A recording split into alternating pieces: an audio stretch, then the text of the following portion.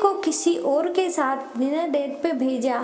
एक दिन अचानक मेरी पत्नी मुझसे बोली, सुनो, अगर मैं तुम्हें किसी और के साथ डिनर या और फिल्म के लिए बाहर जाने को कहूँ तो क्या कहोगे? मैं बोला, मैं कहूँगा कि अब तुम मुझे प्यार नहीं करती। उसने कहा, मैं तुमसे बहुत प्यार करती हूँ, लेकिन मुझे पता है कि यह औरत भी आपसे बहुत प्यार करती है और आपके साथ कुछ समय बिताना उसके लिए सपने जैसा होगा। वह अन्य औरत कोई और नहीं, मेरी माँ थी, जो मुझसे अलग रहती थी। मेरा ऑफिस मेरे घर से दूर था, इसलिए मैं अपने ऑफिस के करीब ही रेंट पर घर लेकर अपनी पत्नी के साथ रहता था। मैंने माँ से कई बार कहा कि वह और पिताजी हमारे साथ रहने आ जाए, लेकिन माँ हमारे पुश्तैनी मकान को छोड़ना नहीं चाहती। मैं अपने माता पिता से दूर रहकर भी उनके सुख सुविधा का पूरा बंदोबस्त कर दिया था, लेकिन मैं अपनी व्यवस्था के कारण उनसे मिलने कभी कभी ही जा पाता था। उन दिनों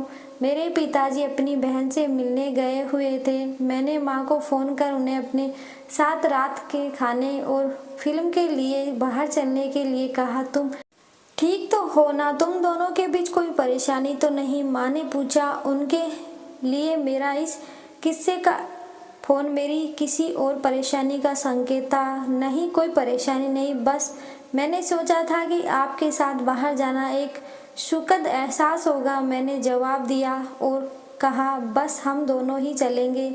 उन्होंने इस बारे में एक पल के लिए सोचा और फिर कहा, ठीक है। शुक्रवार की शाम को जब मैं अपनी पुश्तैनी घर पर पहुंचा तो मैंने देखा कि वह भी दरवाजे पर इंतजार कर रही थी और एक सुंदर पोशाक पहने हुए थी और उसका चेहरा एक अलग सी खुशी में चमक रहा था। कार में माँ ने कहा, मैंने अपनी फ्रेंड को बताया कि मैं अपने बेटे के साथ बाहर खाना खाने के लिए जा रही हूँ। वो काफ़ी प्रभावित थी और तुम्हारे पिताजी को भी फ़ोन कर बता दिया और वह भी यह सुनकर बहुत खुश हुए। मुझे थोड़ा दुख था कि पिताजी तो हमारे साथ नहीं है, लेकिन मैंने वहीं बैठे बैठे यह प्लान बना लिया था कि अगली बार मैं माँ और पिताजी दोनों के साथ समय बिताऊंगा। हम लोग माँ की पसंद वाले एक रेस्टोरेंट पहुँचे, जो बहुत सुरुचिपूर्ण तो नहीं मगर अच्छा और आरामदायक था। हम बैठ गए और मैं मेनू देखने लगा। मेनू पढ़ते हुए मैंने आँख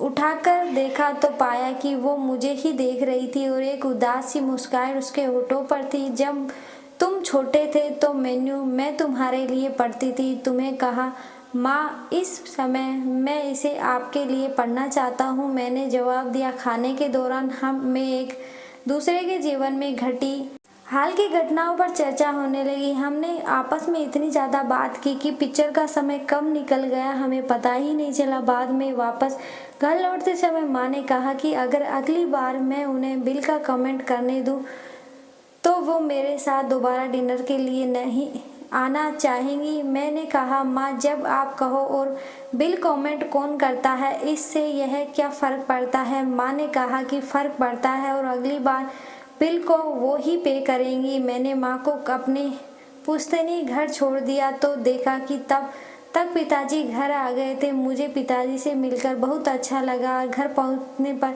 पत्नी ने पूछा, कैसी रही आपकी डिनर डेट? बहुत बढ़िया, जैसा सोचा था उससे कहीं ज़्यादा बढ़िया, मैंने जवाब दिया। इस घटना के कुछ दिन बाद मेरी माँ का दिल का दौरा पड़ने से निधन हो गया।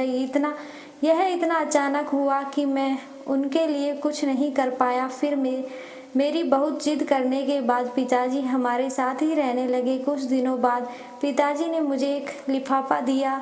रेस्तरां की एडवांस कमेंट की रसीद के साथ माँ का एक खत था जिसमें माँ ने लिखा था, मेरे बेटे, मुझे पता नहीं कि तुम्हारे साथ दोबारा डिनर कर पाऊंगी या नहीं, इसलिए मैंने 2 लोगों के खाने की अनुमानित बिल का एडवांस पेमेंट कर दिया है। अगर मैं नहीं जा पाऊँ तो तुम अपनी पत्नी के साथ भोजन करने जरूर जाना। तुम नहीं जानते उस रात तुम्हारे साथ बीता हर पल मेरे जीवन के सबसे बेहतरीन समय में से एक था। ईश्वर तुम्हें सदा खुश रखे। आई लव यू बेटा, तुम्हारी माँ।